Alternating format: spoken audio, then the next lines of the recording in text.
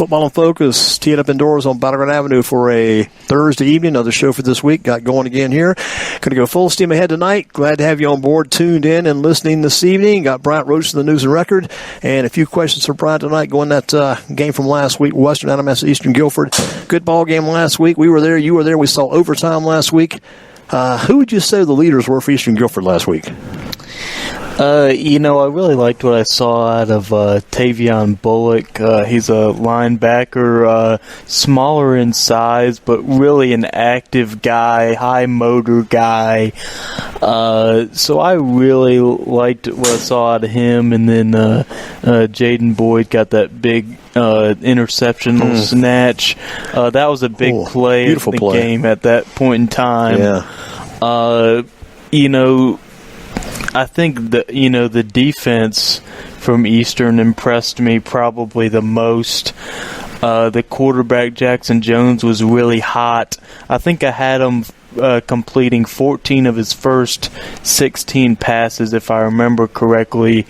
The one thing I'll say, though, is that they didn't have as many big plays. Apart from a first half 56-yard screen pass that went the distance, Stephen Murray on the receiving end. Other than that, Eastern didn't have as many big plays. So I think for Western, that was pretty key for them, was limiting those big plays. And Stephen Murray entered the game averaging about 22 yards per catch.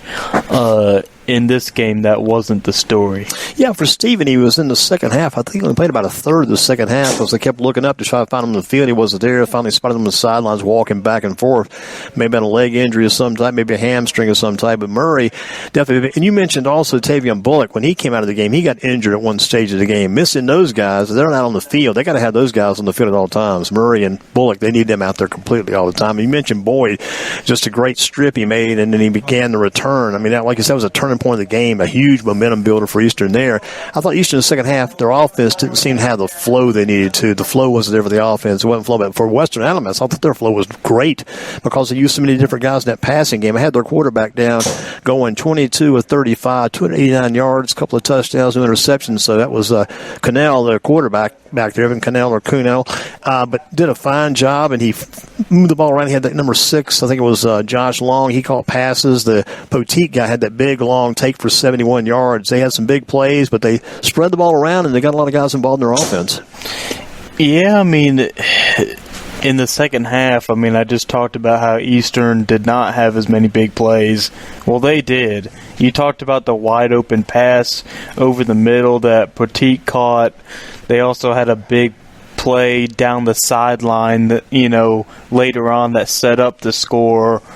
Then you factor in the blocked field goal in the overtime, and then obviously Western Alamance got the ball, for their turn, and ran the ball in for a score. And they had it first and whatever. They first down at the 5 because of the penalty too. It was a penalty first and goal. Yeah. I won't say first and goal. I guess you want to say at the 5-yard line. In overtime, you get the 4 downs. But they had it first down at the 5, and if you can't get something done from there, you may as well go home anyway. But had a good kicker. They've had a previous good kicker too. Their guy Josh Carty was a kicker there before. Is the kicker at Stanford right now. They tell me he's the number 1 kicker in all of college football. So kicking was not going to be a problem. The Cavalaria guy booted it in well, and then they had a bunch of guys contributing. But good win for Western Alamance. Tough loss for Eastern Guilford. Now, Eastern Guilford's got to regroup and recap and get set for Northeast this week. Going to be a tough game there, but a big opening conference meeting for both Northeast and Eastern this week at Northeast Bill Buckhout Stadium. What do you think about that game coming up?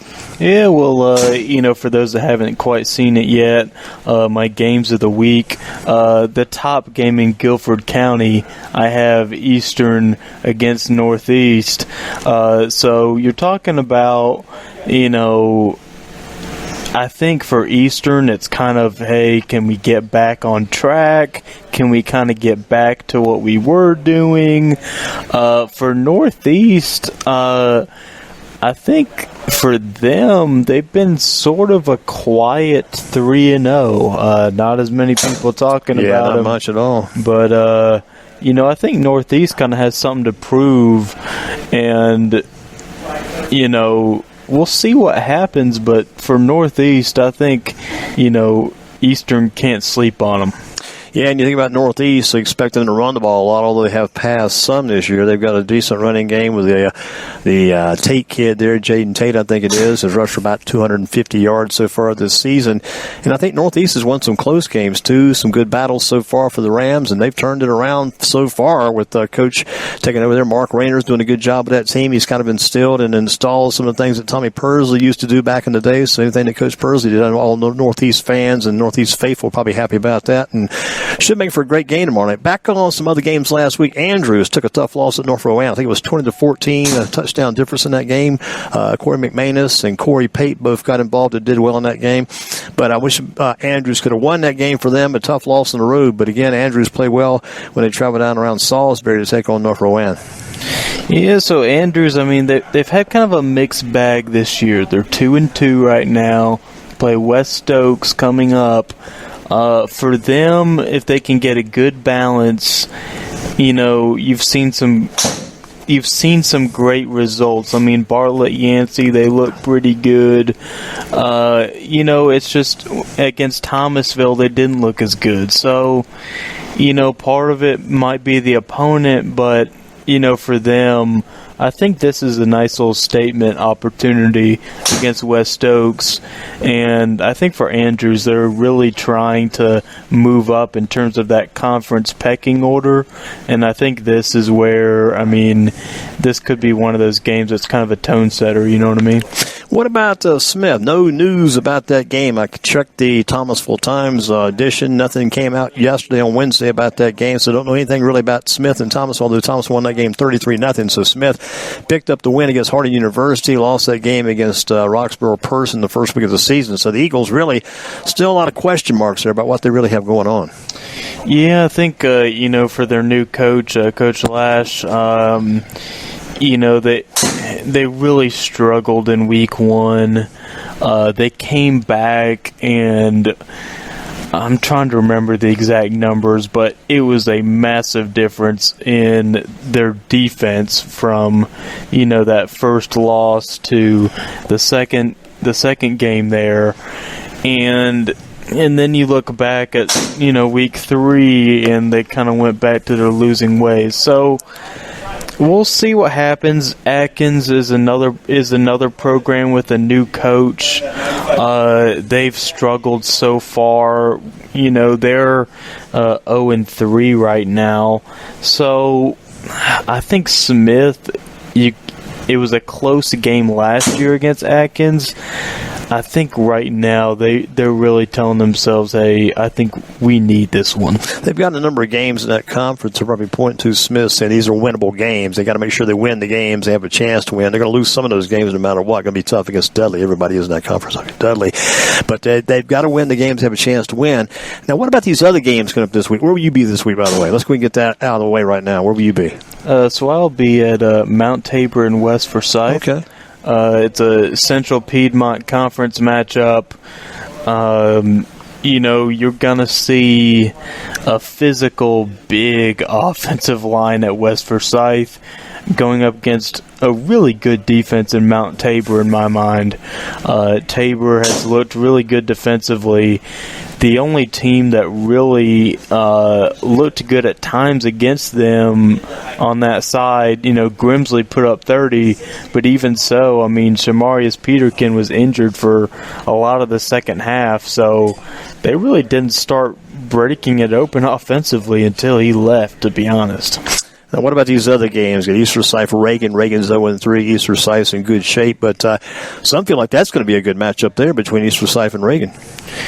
I think Reagan, at this point, they're not used to being 0-3. They're not used to falling into this, this kind of a situation under Coach McGee. He's ran a pretty successful program. So if you're Reagan, you're kind of looking up and you're saying, hey, we just need to get in the win column. The problem is East Forsyth is they're They're the number 2 ranked team in my rankings. You're actually they're playing the wrong team to try to get that win, then, right? Yeah.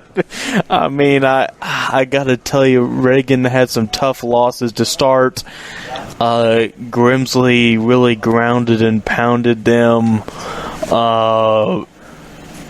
The thing about it is that they had a bye week, but East also had a bye week. So I wonder how that's going to play a factor. I think Reagan probably needed that bye week more than East, although East, when they played AC Reynolds a couple of weeks ago, it looked like there were a couple chinks in the armor, but they did get the win. Think about that. You almost look at the whole scenario of this high school football situation. It'd be nice if we just go ahead and get everything cleared out of the way. Let's get a game between Grimsley, East Forsyth, game between Grimsley and Dudley. Then we would know what's going on around here. If we could get those kind of games going. Those just aren't going to happen. Just have to think about those hypothetically. But those would be the games that really would tell the story about what we have going on here this year. Yeah, I guess Grimsley and East, could hypothetically play each other in the playoffs. Yeah. But before then, no. And Dudley, obviously in 3A, they wouldn't play each other. I'm still seeing Dudley fans, they have a lot to say right now about what Grimsley does compared to what Dudley's doing back and forth. I think the Dudley fans feel like their offense is more multi-faceted, and they think that Grimsley maybe is not utilizing the receivers enough. That's easy for fans from another team to say. What about saying about these two games? What about Grimsley this week, Southeast Guilford? I think it's going to be at Grimsley, so Southeast's got to come there. I've been hearing these stories, underlying stories about there being some COVID sickness going around. I haven't heard. Well, in terms of those two teams, I have not, so I don't want to speculate without knowing something. However, in general, I have heard, just generally speaking, that COVID has emerged a little bit. I know we did talk at the presser a couple weeks ago at North Carolina A&T, and Coach Vincent Brown talked about 5 or 6 guys, coming down with COVID. So in terms of those particular teams, I don't want to speak on it without knowledge, but I have heard from other sources about other teams with COVID being a situation. I haven't talked to Coach Bates about this, but read a story somewhere where Coach Bates had mentioned the fact that there had been some COVID among the Southeast team, but I know they need to be full strength to have a chance against Grimsley, that's for sure. What about this other game? This is kind of like the Northeast Eastern Guilford game. This is kind of a marginal game going in, but a key game in the Metro 4A. Page and Southwest Guilford. I think last year it might have been a 10-7 Page win. This year I think this game is at Page tomorrow night. Southwest Cowboys come in. Big, important ball game there. When this season started, I had that matchup circled.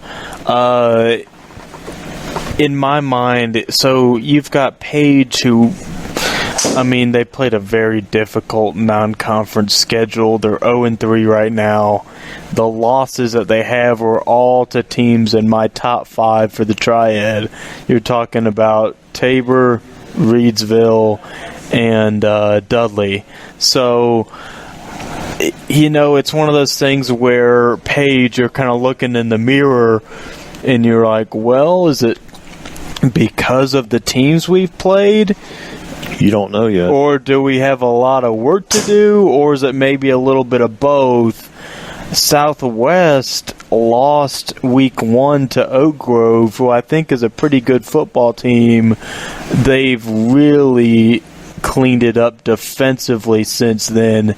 They've had 2 shutouts the last couple weeks, and I don't care who you play. That's tough to do. And here they're running a little bit more Wildcat offense now with Southwest. Maybe Harrison, the kid in the backfield, more as a Wildcat quarterback, maybe not throwing the ball as much, but maybe trying to let the quarterback take the snap, keep it on the ground as a handoff to the running backs, and just make it more of a ground game overall right now for Southwest. And Page, Maurice Andrews, if he's not got the ball in his hands, if something happens to Andrews, I think Page is kind of like maybe like the Panthers were back in the day when Christian McCaffrey, he went down back in the day with the Panthers. They're pretty much gone for the year. But I'd say for Page, maybe not completely gone for the year, but boy, they would really be missing a lot if Andrews was not able to play. He needs to carry that ball probably 30 times a game to have a chance for them to be in the game and win the game. I think that for Page, really, in terms of their personnel and what they have, ideally they want to, have that power running game. I mean, that's really what Coach Robertson prides himself on, is having an effective power rushing attack. And for them, I think a key in this game is going to be, getting that ground game going and trying to control the pace. Thinking about this, now you'll be tomorrow night again. Give us your game of the week again for you tomorrow night. I will be at Mount Tabor versus West Forsyth. Is that at West? It's over, yes, sir. Going to be in Clemens. In Clemens, yes, sir. Kevin Wallace, head coach of West Forsyth, former Northwest Guilford coach, does a great job there. Yes, indeed. Kevin Wallace, for the Guilford audience, like you said, was over at Northwest, a familiar name for people really on both sides of the triad here.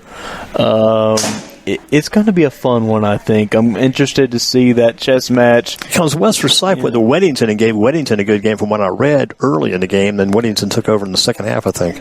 Yeah, that's really how I felt, too. Weddington had done really well defensively, and West Forsyth actually scored twice out of the gate. But I think after a while they couldn't quite hang with Weddington. But from what I hear, Weddington is probably, from what I gather, probably a top 5 team in 4A this year. What about this on the football menu? Colorado State at Colorado this Saturday. Will it be prime time again? Oh, goodness. I tell you what, I haven't seen a lick of Colorado State. I've seen a little bit of Colorado, but, it's just right now Colorado's riding pretty high. It's hard to pick against them. What about rank them right now? We're going to kind of rank them like they used to in the Adam Gold show down in Raleigh. He used to has a rank off. He called it the rank off. We call it rank them. UNC, Duke, Wake, and State. How do you rank them 1 through 4? Or statewide ACC College 4, Big 4 teams? How do you rank them right now? I've got them ranked right now somewhere between North Carolina, number 1, Duke, number 2, Wake 3, and NC State, my team, number 4 right now. But how do you rank them? Oh, gosh, man. I tell you what, covering North Carolina A&T, I don't have a whole lot of time to keep watch up those these guys, teams. yeah. But, I did see that UNC, pulled one off against App State, really close one in double overtime. And App State will play East Carolina next week. Duke obviously beat Clemson, more handily than I think anyone really expected, just the way Clemson's been over the last few years. And I think North Carolina's they've got the quarterback, probably the top quarterback in the college, with Drake May as their leader, and being probably the top college quarterback in the state, I would think. What about the Jets? Their record, if they had Aaron Rodgers, what would it have been? If he would have played this year, what would the record probably been? Oh, boy. Man, that's so hard to speculate. Yeah, I'm thinking stuff like what I've written down here, maybe like 10-7, 11-6, maybe over 17 games, maybe if they would have had Rodgers. It's tough to say, but, man, I also have to add in that's a pretty tough division. Sure is. Let me think about this. I mean, they'd have to play Miami twice. Buffalo. Have to play Buffalo twice. New England's going to be tough no matter what. You're thinking, what were you saying, 10-6? I was saying if he would have been there, 10-7 or 11-6 would have been a big improvement over the past and would have got them going maybe toward a playoff spot, possibly a wild card with him. I'm going to say that I'm probably going to be my number is probably going to be lower than a lot of other people's. Right.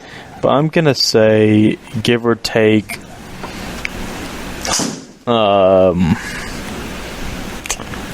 I'll say they would have been in that 9-8 neighborhood. Right near the 500 mark, maybe a game over.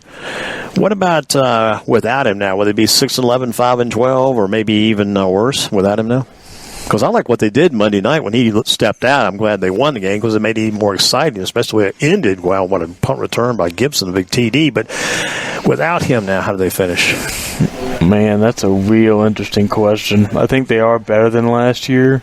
Obviously, last year they struggled at times. Man. Go 7-10? Give them that much? That's not a bad guess. I'm going to say 6-11. 6-11 without Rodgers. I wrote down, too, in this note for you and others out there. I say run Dalvin Cook. Run him until his tongue hangs out of his mouth and just run him some more. How how did this happen? I want to know what the final score is going to be. How did this even happen to begin with? You've got NC Central, UCLA Saturday. The Central Eagles at UCLA. Kind of crazy, big money game, I'm sure. No line in this game, D1 versus D2. But what do you think the score is going to be in that game when it's over? Central versus UCLA, of all crazy things on the West Coast. It's a crazy game. Oh, goodness. Man, I don't know. I haven't seen a lick of UCLA either, but I tell you what, when I saw NC Central last week, because I did cover them. Yeah, Eagle Aggie Classic. I got to tell you, that Davius Richards guy at quarterback, he's got good size. He can run a little bit. If NFL guys haven't taken a peek at him, I think I would. I mean, I'm not saying he's a guarantee to be a Pro Bowler or something, but I tell you what, he looked the part of a really good quarterback, really good college quarterback. So better get him on the radar if you're an NFL scout. Better check this guy out. I think if they don't know about him already, Davius Richards, NC Central, he was the MEAC Offensive Player of the Year last year, and it didn't look like he slowed down a whole lot based on what I saw last week. We've got to slow down just a little bit, let you get out of here, get ready for tomorrow. Thanks for being with us, Brian. As always, keep up the good work. We'll see you again tomorrow night's game. Durham. Again, will be tomorrow night's game for you. I will be over at Mount Tabor versus West Forsyth. And follow you on Twitter, because that's a great place to go these days. How do they find you on Twitter? All right, so my Twitter, it's B Roche Sports, BROCHE Sports. And when he goes to Columbia, South Carolina, his name is Bryant Roche, so you can get all those free meals that John Roche would provide for him, the great basketball player for the Gamecocks from over the years. If he goes to Columbia, every meal is free when he mentions he knows, or he had known, John Roche over the years. Oh, goodness. Yeah, I do know the name. That's hilarious. He's a good one, boy. If you could bring him back. John Roche, Tom Owens, Reebok, Riker, Kevin Joyce, Alex English, South Carolina basketball back then. Those guys were outstanding back in those days. Oh, I could watch those guys play an ACC championship. Although my favorite teams are these teams in this state, I still like to watch South Carolina versus maybe, say, State in the final game for the championship of the ACC back about 1970. Heck of a game. Always good to see you. Keep up the good work. Thank you, Mr. Durham. I hope all your technical difficulties will be small ones as you get out and go to work. Thank you, Brian.